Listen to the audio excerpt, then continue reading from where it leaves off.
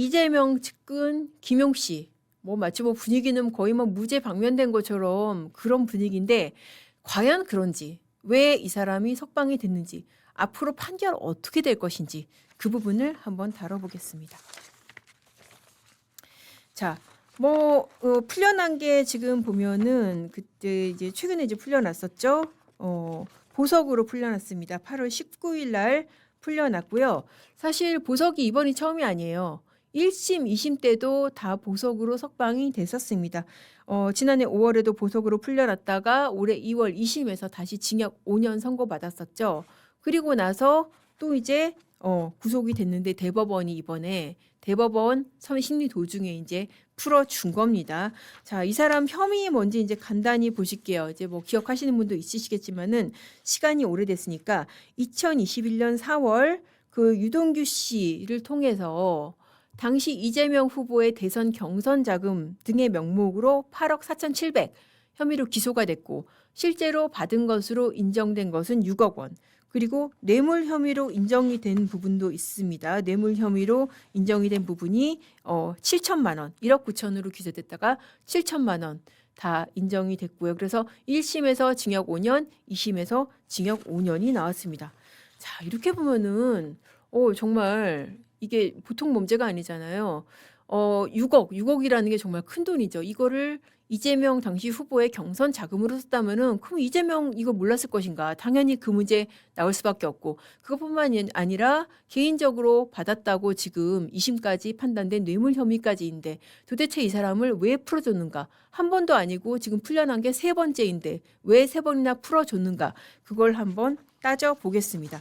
자, 일단 분명한 거는 무죄 방면이 아니라는 겁니다. 보석으로 풀려났고요. 보석에 조건이 있습니다. 자, 조건 한번 보여주실게요. 보증금 5천만 원 납부하고 주거 제한, 그리고 소환할 때 정해진 일시, 장소에 출석을 하고, 그리고 도망 또는 증거인멸 행위를 하지 않을 것, 3일 이상 여행 출국 시 법원 허가를 받을 것. 여러분, 이게 무죄 방면 같으면 이런 조건이 안 붙겠죠? 이런 조건이 붙었다는 거는 결국 이게 구속기간 때문에 이런 문제가 생긴 거예요. 구속기간이 1심, 2심, 3심 각각 대략 6개월 정도 됩니다. 그런데 워낙에 무죄를 다투니까 혐의 사실도 어느 정도 이제 다투어야 될 부분이 있고 워낙에 심하게 무죄를 다투고 하니까는 그 기간 동안에 재판을 할 수 없으니까 기간이 다 돼서 풀어줄 수밖에 없는 그런 상황인 거예요. 근데 이게 두 가지 차이가 있습니다. 기간이 다 돼서 풀어주는데 기간 다 되고 나서 0시에 땡 하고 풀어주면은 이 조건을 붙일 수가 없어요. 그러니까 김용 씨 입장에서는 어떻게 보면은 기간 다 돼서 아예 그냥 이런 조건 없이 풀려나는 게 더 나은 거죠. 근데 기간 전에 만약에 며칠 전이라든지 좀 많게는 한 몇 주 전에 풀어주면은 이런 조건을 붙일 수가 있는 거예요. 그 조건을 붙이는 이유가 법원 입장에서는 증거인멸이라든지 이 사람 딴 데 도망갈까 봐 그것 때문에 저렇게 보증금도 걸고 주거도 제한하고 사실 1심, 2심 같은 경우에는 더 심하게 걸었었어요. 뭐까지 있었냐면 전자발찌. 전자발찌까지 조건이 있었는데 이번에는 이제 그건 없더라고요. 보니까. 자, 그렇게 해서 이게 무죄 방면이 절대 아니다. 구속기간 때문에 조건을 달아서 풀어준 것이다. 자, 근데 이거 검찰에서도 굉장히 긴장을 했었어요. 구속기간 다 됐는데 구속기간 내에 이거 판결하면 되지. 이거 왜 이렇게 풀어주지? 이거 무죄 날라는 거 아니야? 풀어주고 무죄 쓰려는 거 아니야? 이러고 굉장히 긴장을 해서 제가 법원 내부에도 한번 취재를 해봤습니다. 과연 그런 분위기인지 한번 취재를 해봤는데요. 사실 이 사건이 그러면은 이게 무죄가 나올 가능성이 있는 사건인지를 먼저 좀 살펴봐야겠죠. 아까 말씀드린 대로 혐의 사실 자체가 6억의 수수가 정치자금 수수가 인정이 됐고 그리고 이제 7천만 원의 뇌물 수수까지 인정이 됐습니다. 자, 그런데 이게 어떻게 인정이 됐냐?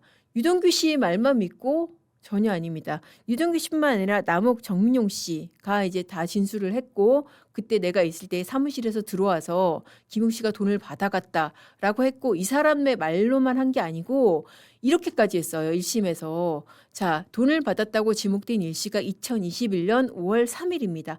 자, 그때 유동규 씨 사무실에 김용 씨가 사파리를 입고 와서 남색 사파리를 입고 와서 1억 원을 이 뭐 침향환 봉투라고 그러죠. 침향환 봉투에 든 쇼핑백에 든 거를 담아 나갔다. 이런 식으로 이제 유동규 씨가 증언을 한 부분이 있었거든요. 여기에 대해서 김용식 측이 아니 무슨 5월 달에 사팔이야. 그 말도 안 돼. 그 거짓말이야. 그러니까는 검찰이 5월 달 당시에 날씨까지 다 자료를 냈었습니다. 5월이지만은 쌀쌀했다. 그리고 평소에도 사파리를 입었다. 이런 거 입증이 됐고요. 그리고 그때 당시에 정민영 씨가 그런 증언을 했었거든요. 그때 눈이 부셔가지고 블라인드를 내리고 있었고 밑으로 블라인드 밑으로 이 남색 사파리가 보였다라고 하니까 김용식 쪽에서 아니 무슨 5월달에 뭐 오후 늦은 오후 시간에 무슨 눈이 부셔라고 하니까 거기에 대해서 검찰이 이런 증거도 있었어요. 당시에 햇빛의 입사각 그러니까는 일몰 시각이 언제고 그러면은 이 일몰 시각이 비춰서 돈을 받았다고 지목된 그 시각 같은 경우에는 눈이 부실 만했다. 아직 해가 지기까지 시간이 많이 남아 있어서 눈이 부실 만했다. 이렇게 여러 사람의 증언 그리고 여러 가지의 그런 과학적인 그런 증거로 다 2심까지 유죄가 났던 사안입니다. 자, 그럼 이렇게 보면 도대체 뭐가 뒤집어질 게 있나 싶죠? 사실 저도 그렇게 생각을 합니다. 근데 만에 하나 만약에 대법원에서 판단을 바꿀 영역이 있다면은 뭐 이 부분일 수가 있어요. 구글 타임라인. 구글 타임라인이 뭐냐면은 여러분 타임라인 뭐 아시는 분은 아시겠지만은 내가 그 장소에 있었다는 게 이제 구글 데이터로 기록에 남아 있다는 거 아니에요? 이거를 2심에서 김용식 측에서 증거로 냈었습니다. 그러니까 아까 돈 받았다고 지목된 2021년 5월 3일 날 내 타임라인에 따르면은 거기 유동규 사무실에 없었다라고 하면서 무죄의 증거로 제시가 됐던 것인데 자, 어떻습니까? 구글 타임라인으로 제가 아까 말씀드린 그런 증거들을 그 뒤집을 수가 있겠어요? 그 재판부는 일단 뒤집을 수 있다 없다 이 판단에 앞서서 도대체 이 타임라인을 믿을 수가 없다. 그렇게 판단을 했습니다. 뭐라고 그랬냐면은 자, 디지털 증거가 갖는 특성상 최소한의 무결성과 진정성이 인정돼야 된다. 무결성이라는 것은 조작을 안 했어야 된다는 거예요. 자, 그런데 조작 가능성 여부, 정확성에 대한 정보가 전혀 없다. 자, 재판부가 이거 타임라인 조작됐다라고 정면으로 하지는 않았지만은 조작이 됐는지 안 했는지 여기에 대해서 정보가 없다. 그러니까는 이거는 이거 증거로 쓰기 어렵다라고 해서 2심도 마찬가지로 유죄를 판단을 했던 것이거든요. 자, 근데 그러면은 궁금한 거는 김용을 도대체 왜 풀어주는데 기간 내에 판결하면 되지. 기간 내 6개월 기간 내에 그냥 상고기각해서 확정 지으면 되지 왜 풀어주는데 불안하게 그렇게 생각을 하시잖아요. 그래서 제가 이제 법원 내부라든지 대법원 내부라든지 얘기를 들어보니까는 만에 하나 뭐 그럴 가능성 별로 없지만은 만에 하나 파기를 한다고 한다면은 저 2심에서 타임라인을 판단한 부분 있잖아요. 증거의 뭐 무결성이라든지 그 부분에 대해서 아 이거 조금 더 꼼꼼하게 따져봐라는 이런 취지로 파기를 하려면 할 수가 있겠지만은 글쎄 그런 가능성이 있을지는 잘 모르겠다. 이제 이런 반응들이 나왔고 또 사실 뭐 이것 때문에 그런 거 아니야? 저는 이제 이 해석이 훨씬 더 유력하다고 생각이 드는데 바로 이 부분입니다. 지금 김용씨 판결을 하고 있는 주심 대법관이 누구냐면은 서경환 대법관입니다. 자, 그런데 서경환 대법관이 어떤 사건도 맡고 있는지 아세요? 바로 SK 최태원 회장. 최태원 회장과 나비센터 노소영 관장 이혼 사건 주심이기도 해요. 자, 그러니까는 뭐예요? 그러니까 우리가 사람이 왜 큰 사건을 동시에 두 가지를 갖다가 그 법조계에서는 그 접시 돌린다 그러는데 접시를 갖다가 여러 개를 한꺼번에 돌리기 힘들거든요. 그런 측면에서 봤을 때 이렇게 큰 사건 이게 어느 정도 큰 사건이냐면은 여러분 아시겠지만은 1심과 2심이 아주 극명하게 갈렸죠. 1심 같은 경우에 결국 이 사건의 쟁점은 이혼 여부는 이미 판별이 났고 재산 분할인데 1심 같은 경우에는 노 관장이 받을 돈이 고작이라는 말이 좀 그렇긴 한데 고작 600억밖에 안 됐어요. 왜냐하면은 SK에 관련된 그런 뭐 SK 실트론 주식이라든지 이런 게 다 포함이 안 됐었거든요. 근데 2심은 어떻습니까? 1조 3,808억 원. 야, 1조 거의 1조 4천원 가까운 이 정도면은 거의 기업의 지배 구조가 바뀔 수 있는 그런 어마어마한 큰 재산 분할이 나왔습니다. 자, 1심과 2심이 이렇게 판단이 극명하게 갈리다 보니까 어떻겠어요? 대법원 판단이 당연히 주목이 될 수밖에 없죠. 2심이 유지될 것인가 아니면 깨질 것인가. 그러니까 이걸 두고 원래 이제 서경환 대법관이 소속된 소부라고 한다면은 대법관 4명이 판단하는 그런 부입니다. 원래 소부에 있던 사건이 전원합의체로 간 것은 아니지만은 그 전 단계로 대법관 전원이 검토하는 단계에 있습니다.